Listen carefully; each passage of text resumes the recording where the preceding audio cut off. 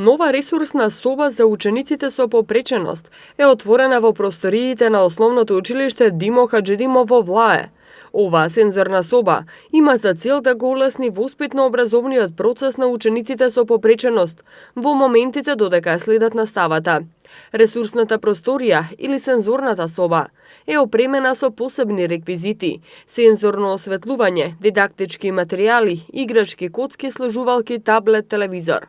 Градоначалникот на општина Карпош Стефан Богоев посочи дека оваа просторија со која се подобруваат условите за децата со попреченост е резултат на меморандумот за соработка кој општината го потпиша со Сдруженијето Дајтени крилја во април годинава. Целта на нашата општина во соработка со невладиниот сектор и граѓанските организации е во континуитет 365 денови од годината да се грижиме за нашите сограѓани со посебни потреби, особено за најмладите лица кои што се ученици во основното образование во нашата општина или се во предучилишна возраст, односно во градинките. Ова денеска што се реализира заедно со Дајтени крилја и со почитуваната Ребека е уште еден доказ дека можна е успешна соработка помеѓу локалните власти, официјални и невладиниот сектор, односно граѓанските организации. Се надевам дека во иднина ќе имаме уште многу вакви и поубави прекрасни настани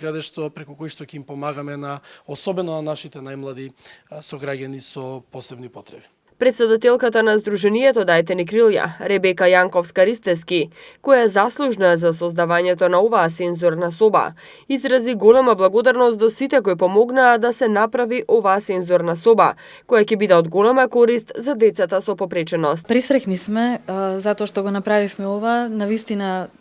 неминовност од инклузивниот процес во училиштата и да постои еден ваков ресурсен центар, односно ресурсна училница,